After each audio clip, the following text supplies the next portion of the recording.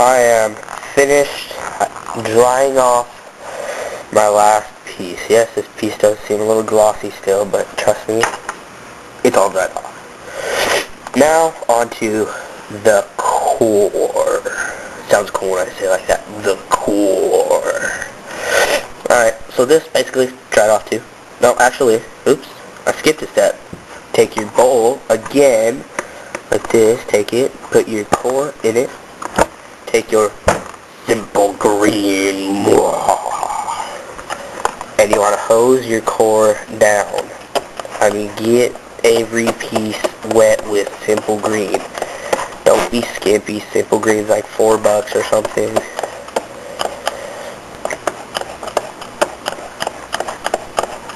Alright, now that it is all lathered up and dripping, you know, just shake it off a little bit. Use your towel and then dry it as much as you humanly possible. No air compressors or anything. Don't just sit in one spot with your towel drying the whole part of the core. You want to trade your towel around a little bit, because your towel will get wet in some spots and then it won't be really drying. You'll just be spreading around.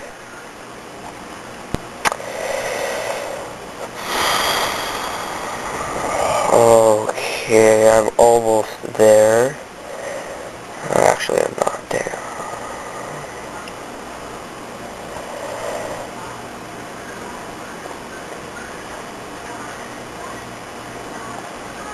So just keep drying it. Keep drying it. Just keep on drying it. Alright, now here's where the brush comes in. If you can see in there, I'm not really sure. My camera has bad focus right now. But right in there, you can see black, like dust.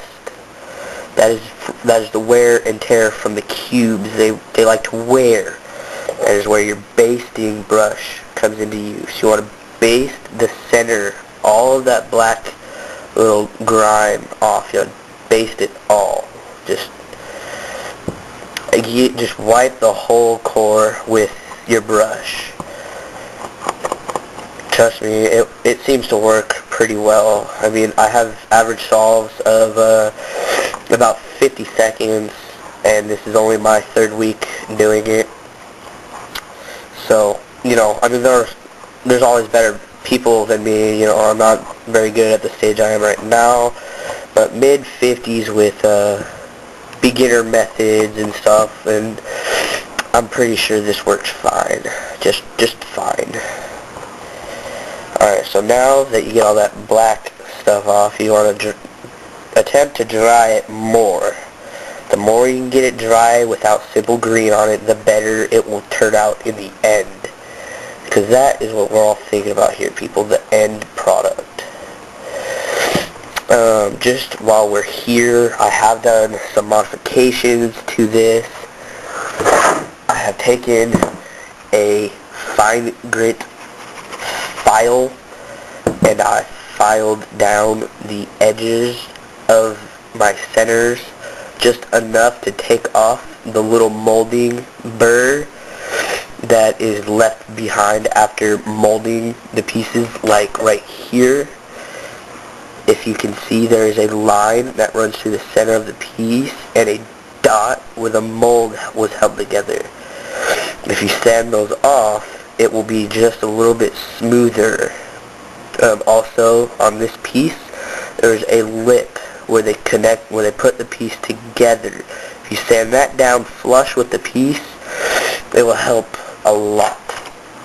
With edges, you sand this piece right here, this thing that sticks up right there, you sand the top of that, the bottom of that, you sand right here along the hollow top of the edge, you sand the sides of both, so you sand here, here, here, there, and there. Don't do anything else than that, because you will hate life and your cube you'll get so mad at your cube because it will turn on its own when you don't want it to turn, and then you'll throw it against the wall and it'll be destroyed and completely cleaned out. Now you will notice that it turns just like a brand new cube, which means that it turns like crap or horribly. What you do is get your handy dandy heavy duty CRC silicone spray lubricant. Then you want to shake it up, and then you want to do that move where it lines up with the edge. Take your spoon and pry that piece out. So just like that. So now there is a gap in there. Shake up your lube again. Take the straw out. Put the little straw in the nozzle. Now if you notice, the cap is still on my straw. I was working on my Siamese cube. Yes, this is 2 cubes glued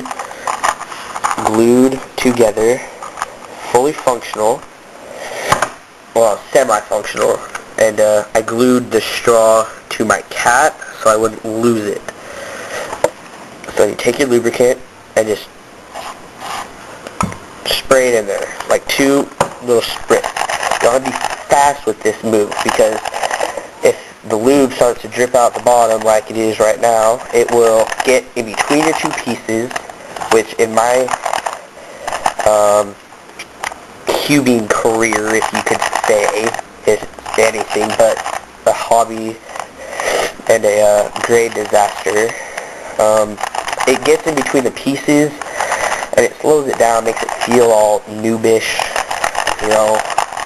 But now this cube will be good by tomorrow morning. It is a little cold out in my garage, you know, so the pieces are hardening together because lube cannot handle negative below 30 or below 0 degrees.